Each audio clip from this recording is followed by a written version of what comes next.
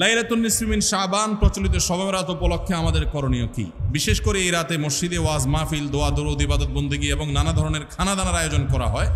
কোরআন সুন্নাহর আলোকে এগুলো ঠিক কি না জানালে উপকৃত হব। ভাইরা আমার, লাইলাতুন নিসফি মিন শাবান যেটাকে আমরা শবে বরাত বলি, এই লাইলাতুন নিসফি মিন শাবানে আল্লাহ তাআলা হিংসুক এবং মুশরিক ছাড়া বাকি মানুষদেরকে, বাকি মুসলমানদেরকে আল্লাহ তাআলা সাধারণ ক্ষমা ঘোষণা করেন মর্মে একটা হাদিস আছে। এছাড়া আরো বেশ কিছু হাদিস আছে যেগুলোর কোনো না অনেকগুলো সনদের মধ্যে কিছুটা দুর্বলতা আছে, কিন্তু মোটের পরে এ রাতের ফজিলত সুসাব্যস্ত এবং প্রমাণিত। কিন্তু এর মানে এই নয় যে এই রাতকে কেন্দ্র করে আমরা যা করি আমাদের দেশে তার সব সঠিক। আমাদের দেশে লাইলাতুল বরাতে মানুষের যে ভিড় মসজিদগুলোতে, এটা তো ভালো জিনিস যে মানুষ মসজিদে আসছে, কিন্তু অন্যদিন না এসে এই রাতে বেশি আসার কারণটা কি? লাইলাতুল কদর বেশি ফজিলতপূর্ণ নাকি এই রাত বেশি ফজিলতপূর্ণ? লাইলাতুল কদরের সাথে কোনো তুলনা চলবে? সেই রাতে মানুষ কি এত বেশি ইবাদতের চেষ্টা করে? তাহলে এই রাতে এত বেশি চেষ্টার রহস্যটা কোথায়? রহস্য হলো আমাদের দেশে মানুষ মনে করে যে এই রাতে ভাগ্য ঠিক হয়, অতএব সারা বছর যাই করি না করি এই একটা রাত মসজিদে গিয়া আল্লাহ বিল্লাহ করে যদি সারা বছরের ভাগ্যটা ঠিকঠাক করা যায়, এরপর আর মসজিদে যায় কেন? এই চালাকি করলে কি ভাগ্য ঠিক হয়ে যাবে? ভাইরা আমার, লাইলাতুন নিসফি মিন শাবানকে কেন্দ্র করে বহুবিধ বিদআত, বহুবিধ বাড়াবাড়ি, বহুবিধ কুসংস্কার আমাদের সমাজে আছে। এক সময় তো প্রচুর পরিমাণ পটকা ফুটাফাটি চলতো। আলহামদুলিল্লাহ প্রশাসনের ভাইয়েরা প্রতি বছর নিষেধাজ্ঞা আরোপ করেন এবং এটা অনেকটা কমেছে, যেটা আমাদের নিরাপত্তা হুমকির মধ্যে আমাদেরকে ফেলে। দিনের নামে আমরা কখনো সেগুলো করতে পারি না। অনেক মসজিদে আলোকসজ্জা করা হয়। আলোকসজ্জা তো আপনি এমনিই করেন সারা বছর, কিন্তু এই রাতকে কেন্দ্র করে আলাদা করে আলোকসজ্জা করা, এই রাতকে কেন্দ্র করে ওই যে হালুয়া রুটি খাওয়ার একটা ব্যাপার এখনো আমাদের দেশে কোথাও কোথাও আছে। অনেকে মনে করে নবীজির দাঁত মোবারক শহীদ হয়েছেন উহুদের ময়দানে, তো তিনি হালুয়া খাইছেন, সেজন্য আমরা ভালো দাঁতে হালুয়া খাই। নবীজির দাঁত ভাঙে হালুয়া খাইছেন, আমাদের আস্ত দাঁতে আমরা কি খাই? হালুয়া খাই। আপনার বাপের ঠ্যাং ভেঙে গেছে, উনি একটা লাঠি দিয়া খোড়ায় খোড়ায় হাঁটে, আপনার আস্ত ভালো দুইটা ঠ্যাং আছে, আপনি বাপের মহব্বতে বলছেন বাবা তোমার পাওটা ভেঙে গেছে, সেই মহব্বতে আমি আমার ভালো পাও নিয়ে লাঠি দিয়ে আমি খোড়ায় খোড়ায় হাঁটতেছি। কি বলেন? বাপ খুশি হবে? খুশি হবে? বলবে এটা তো বেয়াদবি, তামাশা করতেছো আমার সাথে, আমার ভেঙাইতেছ। নবীজি সাল্লাল্লাহু আলাইহি সাল্লাম দাঁত মোবারক শহীদ হয়েছে বাতিলের বিরুদ্ধে জিহাদ করতে গিয়ে। আপনি বাতিলের সাথে আঁতাত করবেন আর হালুয়া খায়া নবীজির সুন্নাত আদায় করবেন, এর চেয়ে বড় হাস্যকর জিনিস আর হতে পারে না। অতএব সব ধরনের বাড়াবাড়ি কুসংস্কার আমাদের বন্ধ করতে হবে।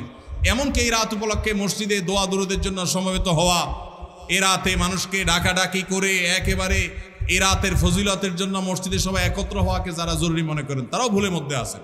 ব্যক্তিগত ইবাদতে আল্লাহর ক্ষমা পাওয়ার জন্য চেষ্টা করতে পারেন, সেটা ভিন্ন বিষয়। আল্লাহ আমাদেরকে বুঝার তৌফিক দান করুন।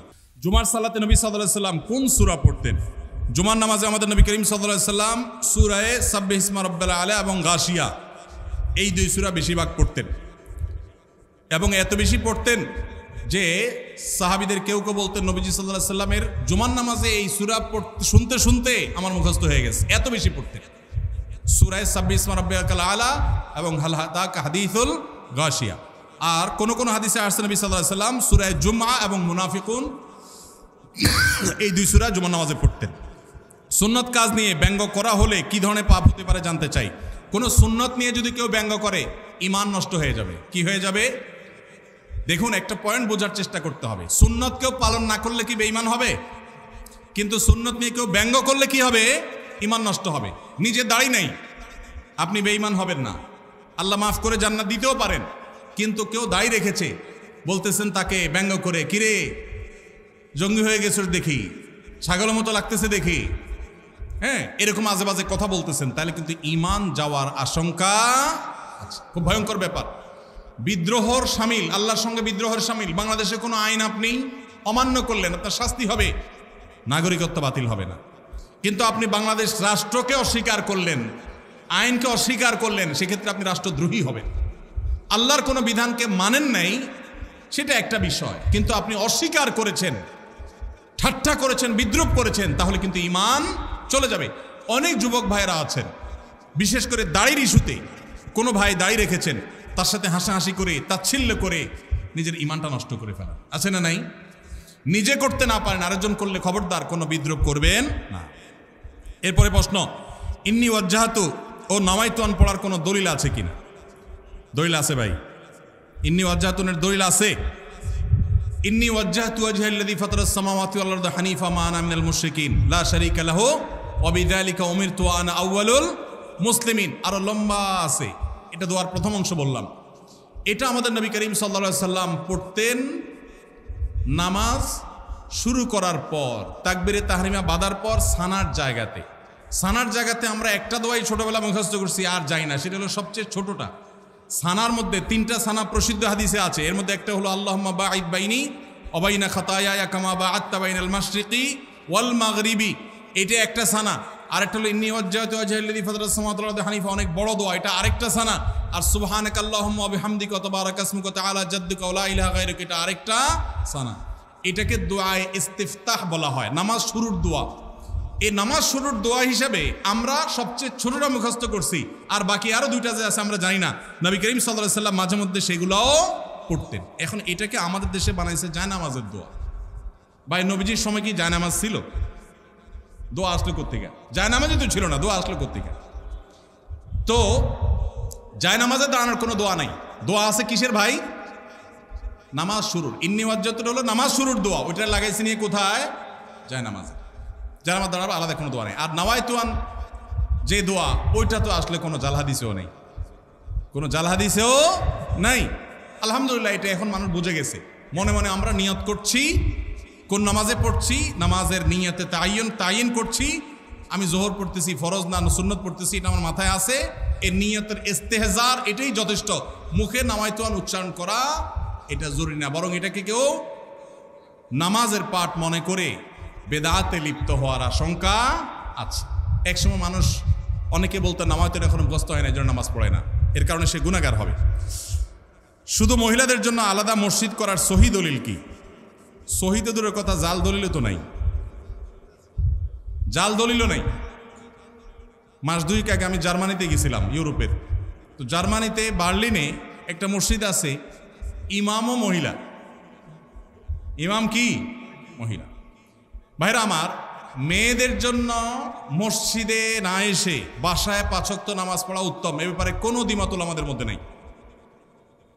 ওয়া বুয়ুতুহুন্না খায়রুল লাহুন্না। তবে হাদিসের আগের অংশ আছে, আল্লাহ নবী সাল্লাল্লাহু আলাইহি সাল্লাম বলেছেন লা তামনাউ মা আল্লাহি মাসাজিদ আল্লাহ, আল্লাহর বান্দিরা মসজিদে আসলে বাধা দিও না, কিন্তু তাদের জন্য মসজিদে আসার চাইতে বাসায় নামাজ পড়া বেশি উত্তম। তার নবীজি চাইতেন তারা যেন বাসায় পড়ে। মসজিদে দিনই কোনো প্রোগ্রাম, কোনো বিশেষ কারণে যদি আসে, দিনই এলেম অর্জন করার জন্য আসে, তাহলে ফিতনামুক্ত সেই পরিবেশ থাকলে আসবে, আর না হলে সেটাও বাসা বা অন্য অঙ্গনে হবে। আর পাবলিক প্লেসে যে মসজিদগুলো, শহরের মসজিদগুলো, মহিলারা বাজারে ডাক্তার দেখাইতে বিভিন্ন কারণে আসে, সেগুলো তো অবশ্যই মেয়েদের নামাজের ব্যবস্থা থাকা দরকার। কিন্তু মেয়েদের জন্য মসজিদে এসে 5 ওয়াক্ত নামাজের জামাতে হাজির হওয়ার চাইতে বাসায় নামাজ পড়া অধিকতর উত্তম। মদিনায় এক মহিলা নবী সাল্লাল্লাহু আলাইহি ওয়াসাল্লামের পেছনে এসে নামাজ পড়ার জন্য, মসজিদে নামাজ 1 রাকাতে 1000 রাকাতের সওয়াব, নবীজিকে যখন বলেছেন, নবীজি বলেছেন তুমি তোমার বাসায় পড়লে বেশি সওয়াব হবে, কেন কষ্ট করে আসো? এখানে 1000 পালে ওখানে আরো বেশি পাবে। কিন্তু আমাদের বন্ধুরা অনেকে আবেগে নিজেকে সামলাইতে পারেন না, আল্লাহ আমাদের বোঝার তৌফিক দান করুন। তাহলে মেয়েদের বাসায় নামাজ পড়া উত্তম, কিন্তু শহরে পাবলিক প্লেসে মেয়েদের নামাজের জায়গা না থাকার কারণে বহু পর্দানসীন, বহু নামাজি মেয়েরা ওয়াক্ত চলে যায়, নামাজ পড়তে পারে না। ডক্টর খন্দকার আব্দুল্লাহ জাহাঙ্গীরুল্লাহ বলতেন, আমাদের মা বোনরা বাসায় অবস্থান করবে, প্রয়োজনে বের হবে, এটাই শরিয়ার নির্দেশ। কিন্তু আমাদের মা বোনরা যে কোনো কারণে বাইর হয়ে গেছে, এখন যদি বলেন যে নামাজ পড়তে দিব না, বাসায় যাওয়া ছাড়া পড়বে না, তাহলে কাজা হবে, তাহলে সেটা তো তার জন্য ক্ষতিকর হবে। এই জন্য ব্যালেন্স আমাদেরকে শিখতে হবে। তো মহিলাদের জন্য আলাদা মসজিদ করার, পৃথক মসজিদ করার কোনো নজির শরিয়াতে নাই, কোনো আলেমের কোনো মত এর সপক্ষে নাই। এটা সারাসর ফিতনা, যদি কেউ করে নাজায়েজ হবে।